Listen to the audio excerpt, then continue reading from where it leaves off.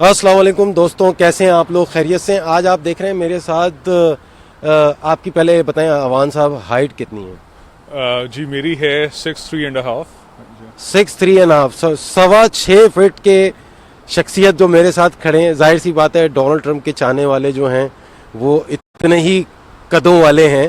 और मलिक अवान साहब जो हैं वो हमारे बहुत अच्छे दोस्त हैं, रिपब्लिकन पार्टी को ये रिप्रेजेंट करते हैं और पाकिस्तानी बहुत एक्टिव मेंबर हैं रिपब्लिकन पार्टी के। और इनसे हमारा हमेशा एक गिला रहता है कि आप अच्छा भाई थोड़ा सा मैं छोटा लग रहा हूँ बहुत ज़्यादा, अब ऐसे सही है। आपकी माशाल्लाह हाइट बहुत है, मेरी तो सिर्फ 5'7", 5'8" है, तो आप लोग बुरा नहीं मानिएगा उस चीज़ को। लेकिन मलिक साहब जो हैं वो डोनाल्ड ट्रंप साहब को हमेशा जब हम बात करते हैं तो उनकी बड़ी तारीफ़ें कर रहे होते हैं, उनके अच्छे कारनामे भी बता रहे होते हैं हमें, जो सुन के बड़ी हैरानगी भी होती है कि ये वो कारनामे जो कि मीडिया पे नज़र नहीं आते, सिर्फ मलिक अवान साहब से हमें सुनने में आते हैं, क्योंकि मीडिया जो है वो ज़्यादातर डोनाल्ड ट्रंप के आज के ख़िलाफ़ बात करता है। तो अवान साहब सबसे पहले तो ये बताएं कि पाकिस्तान में आपका ताल्लुक़ कहाँ से और अमेरिका में आप कब से हैं? जी अजीज़ भाई, मेरा तलक पाकिस्तान के एक ज़िला खुशाब से है पंजाब में, और काफ़ी फेमस ज़िला है। मेरी फैमिली भी जो है वो बड़ी मशहूर है। मेरे जो है इस वक्त मौजूदा मेरे कज़न चाचाजाद भाई और इस तरह के दूसरे लोग इस वक्त प्रेजेंट कौमी और सूबाई असम्बली में मौजूद हैं। और जबकि मेरी नानी अम्मा के जो भाई हैं Malik Naeem Khan, he was federal minister for commerce back in 1990। तो एक पॉलिटिकल फैमिली से मेरा तल्लक है। और फिर मैं पाकिस्तान पीपल्स पार्टी की फॉरेन अफेयर कमेटी का रुकन बना, और मुझे फ़ख्र है इस बात का कि मैं शहीद मोहतरमा बेनज़ीर भुट्टो के साथियों के साथ अमेरिका में पहली दफ़ा मैं आया। और जबकि वो लोग जो है जमहूरियत के लिए कोशिश कर रहे थे पाकिस्तान में, और उसके बाद मुझे जो है वो रिपब्लिकन पार्टी जो है मुझे अपील की और मैंने रिपब्लिकन पार्टी ज्वाइन की, और आज मैं रिपब्लिकन नेशनल कमेटी का जो है एग्जीक्यूटिव मेंबर हूँ। और मैं डोनाल्ड ट्रंप की मैंने कभी ये बात छुपाई नहीं, और ना मुझे इस पे, क्योंकि आई एम वेरी प्राउड कि मैं उनका डिजिटल डेलीगेट था उनके लास्ट इलेक्शन में। क्या बात है! देखें, ये बड़ी ज़रूरत थी हमारी उस वक्त जब सब पाकिस्तानी ख़ास तौर से और मुसलमान जो हैं डोनाल्ड ट्रंप के अगेंस्ट जो है वो इलेक्शन कैंपेन चला रहे थे। कुछ पाकिस्तानी थे जो कि डोनाल्ड ट्रंप के लिए काम कर रहे थे, उसमें एक आप भी थे जो यकीनन डोनाल्ड ट्रंप के जीतने के बाद लोगों ने आपकी तरफ रुख किया होगा। तो ये बताएं, अब तक जो मीडिया में बताते हैं डोनाल्ड ट्रंप के ख़िलाफ़ कि भाई एक तो मुसलमानों के ख़िलाफ़ काम कर रहे हैं बहुत ज़्यादा, और इमिग्रेंट्स जो हैं उनसे बहुत ज़्यादा नफ़रत है उनके दिल में, क्या ये बातें सही हैं? और अगर सही भी हैं तो वो इस तरह क्यों करते हैं, वो उसको बैलेंस पे क्यों नहीं जाते हैं? और आप क्या समझते हैं कि इसकी क्या वजूहत हैं? भाई मैं इसका ज़रा तरीके से कुछ जवाब दूंगा। एक तो ये है कि हमारी जो मुकामी सियासत यहाँ अमेरिका की है, उसमें आप खुद देख लें कि अमेरिकन सियासत के अंदर जो है कुछ बड़े नाम हैं। जैसे मैं कुछ नाम ले लेता हूँ कि CNN है, न्यूयॉर्क टाइम है, जो पूरी दुनिया में जाने जाते हैं, पढ़े जाते हैं, समझे जाते हैं, फॉलो किए जाते हैं। अच्छा, तो उनका पहले दिन से ही जो है वो ट्रंप के साथ एक बहुत ज़्यादा इख्तलाफ है, और उन्होंने जो है ये मुस्लिम बैन, अब आप मुझे ये बताएंगे मुस्लिम बैन जो है अगर ये मुसलमानों पे हो तो इस तरह से तो हम पाकिस्तानी हैं तो पाकिस्तानियों पे भी होना चाहिए, और पूरी दुनिया में आबादी के लिहाज से मुसलमान सबसे ज़्यादा इंडिया में है तो इंडिया पे भी बैन होना चाहिए।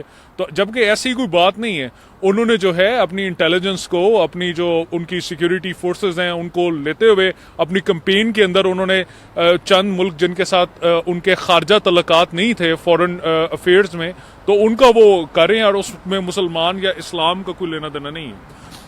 इस्लाम का कोई लेना देना नहीं है। जी हाँ, और ज़ाहिर बात है। और इसी तरह से मैं एक और मिसाल आपको देना चाहूँगा कि वो कहते हैं कि जंग में और सियासत में हर चीज़ जायज़ है। अब इमरान खान की जो अपनी ज़ाती ज़िंदगी है या उनका जो करैक्टर है वो इंतहा पे दूसरी जानिब है, और हमारा जो दीन इस्लाम है वो दूसरी जानिब है। लेकिन आप ये देख लेंगे उनका जो है वो पूरे इंटरनेट पे वो नमाज पढ़ रहे हैं जी, आयतें पढ़ रहे हैं, ये कर रहे हैं, वो कर रहे हैं। तो मगर बात एक ये है कि अपना मुफाद लेने के लिए एक रूप उन्होंने धारा है जिसका नाम इमरान खान है, ठीक है ना। अच्छा, तो इसी तरह अगर ट्रंप ने अपने वोटर्स को कन्वे करने के लिए सियासी तौर पे कोई अगर थोड़ा बहुत उसने स्टंट मारा है या कोई ऐसा उसने किया है, तो थोड़ा सा उसको भी तो प्रिविलेज देंगे, वो ऐसा कुछ कर सके छोटा मोटा। ये तो आपने बड़ी अच्छी बात की। कुछ लोग ये भी कहते हैं कि इमरान खान जो है वो पाकिस्तानी डोनाल्ड ट्रम्प है, क्या ये बात सही है? नहीं, मैं नहीं समझता। मगर ट्रंप जो है वो जो भी है वो अच्छा है या बुरा है, लेकिन आप ये देखें कि उसने अपनी आवाम को जो है उसने रिलीफ दी है। ठीक है, आप ये देखें कि 15 साल में जो है अमेरिका में कभी भी जो है वो एम्प्लॉयमेंट जो है वो कभी भी मगर लोअर इतनी नहीं रही। अब जो है इन्होंने इकोनॉमी, आप स्टॉक एक्सचेंज अपनी देखें, ठीक है, स्टॉक एक्सचेंज जो है इतनी बेहतर हो गई है। ये जो टैक्स कोड अभी ट्रंप ने इंट्रोड्यूस कराया, इस टैक्स कोड की वजह से तमाम बड़ी कॉरपोरेशन अमेरिका की, चाहे वो मैकडोनल्ड है, चाहे KFC है, और इसी तरह की जितनी उन्होंने सबने इंसेंटिव्स दिए हैं अपने एम्प्लॉइज को। ठीक है जी, उन्होंने बेनिफिट दिए हैं। आज जो है क्रिसमस की छुट्टियों में जो लोग जा रहे हैं सारे डबल पे बोनसेस लेके जा रहे हैं, तो ये ट्रंप हमें तो नहीं मिला सर। तो आप जो हैं वो प्राइवेट आप काम कर रहे हैं पाकिस्तानी, आप तो एंटरप्रेन्योर है ना जी। एक सवाल आया है कि बैतुल कुद्स के ऊपर जो उन्होंने फैसला दिया है अपनी एम्बेसी को मूव करने का तल अवीव से, अब वो ले गए हैं बैतुल कुद्स, क्या ये फैसला दुरुस्त था?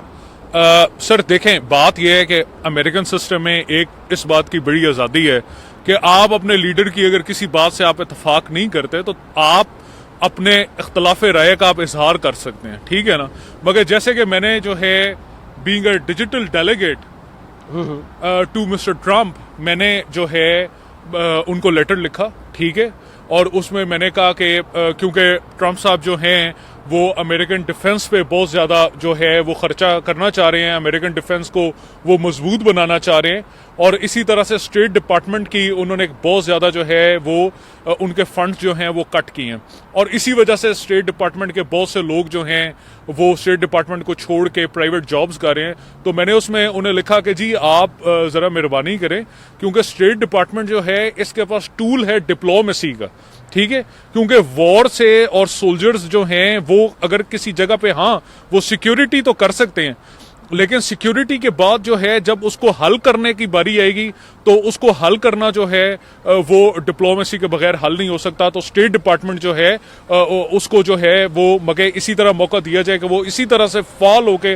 काम करे जैसे प्रेसिडेंट ओबामा के दौर में वो कर रहा था। और इसी तरह आप बात घुमा रहे हैं। नहीं, मैं घुमा नहीं रहा। बैतुल मुकद्दस के हवाले से भी जो है मगर पहली बात तो ये कि ये जो है ये ऑलरेडी अमेरिकन प्रेसिडेंट्स ने बहुत पहले ये किया हुआ है, इसको मगर अप्रूव जो है कांग्रेस से किया हुआ है। इन्होंने आगे उस इशू को सपोर्ट जरूर की है, क्योंकि इन्होंने अपनी कैंपेन में जो है जो ज्यूज कम्युनिटी थी और प्रो इजराइली लॉबिस्ट थे उनसे इन्होंने कहा था कि हाँ मैं इसको जो है रिजॉल्व जरूर कराऊंगा, ठीक है, लेकिन मेरा उस पर इख्तलाफ है। तो एक तरफ तो देखें ना, एक तरफ तो उनके चंद लॉबियस्ट, दूसरी तरफ पूरी दुनिया। आपने देखा अभी जो अक़वाम मुत्तहिदा में जो वोट हुआ उसके ऊपर करारदार मंजूर हुई है, 1/3 से ज्यादा ही जो है वो पूरी दुनिया ने मुखालफत की है।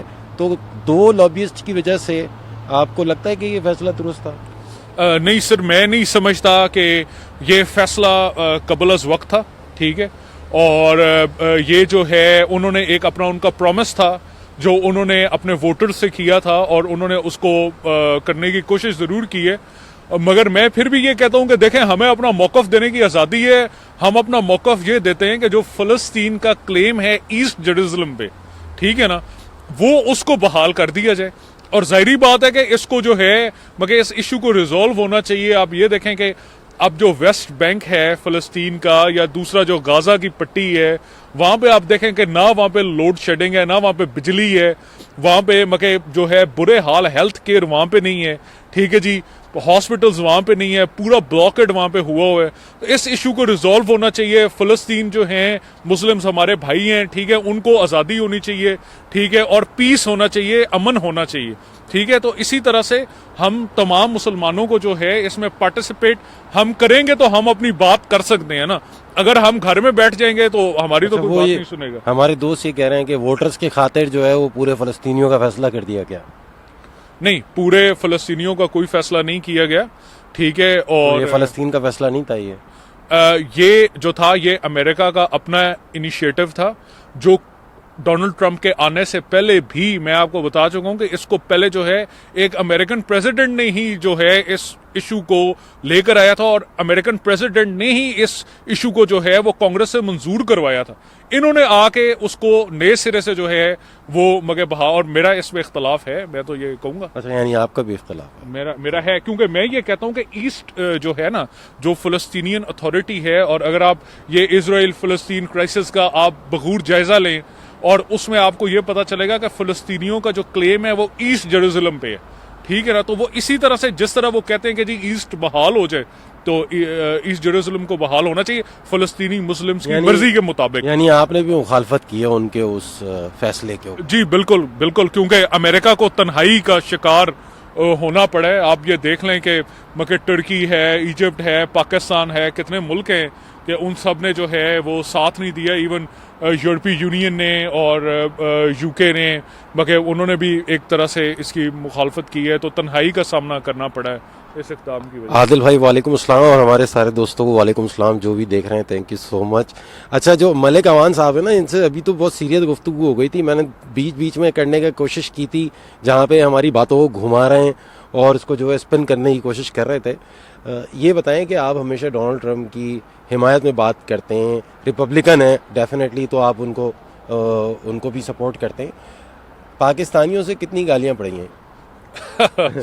सर वो जाहिर बात है कि वो मगर पाकिस्तान के अंदर जो है, आप ये देखें कि मगर उसमें कई फैक्टर्स हैं बीच में इन्वॉल्व पाकिस्तान की सियासत है। एक तो हमारे जो मीडिया एंकर्स हैं, ठीक है जी, उनका जो तर्ज सियासत है, ठीक है, कि मैं अब इसमें मजीद क्या कहूँ। नहीं, उधर ना जाएं, आप टू दी पॉइंट बात करें। ये बताएं कितना फेस करना पड़ा लोगों की गुफ्तगू को, गालियों को, बद्दुआओं को?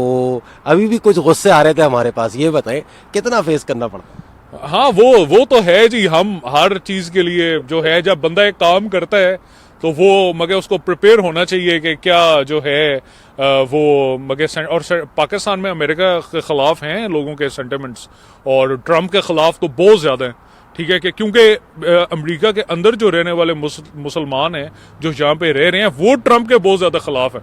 पाकिस्तान के तो लोगों को आप छोड़ दें। वो लिख रहे हैं what about Trump sexist statements? वो तो ये सियासत में ये होता है जी, ये चलता है। आप ये देखें, मैंने आपको इमरान खान की मिसाल दी है कि वो जो अब नया पाकिस्तान जो है, मगर क्या वहां पे क्या करेंगे आप देखिएगा कि होता क्या है। एक दफा उनको आगे आने दें, वो क्या करते हैं इस कौम के साथ। सही बात है, वो यही कह रहे हैं, हमारे काशिफ भाई दोस्त हैं। ट्रंप हर वो काम करेगा जो जिससे यूएसए दुनिया में अकेला हो जाएगा, इसराइल को फायदा होगा।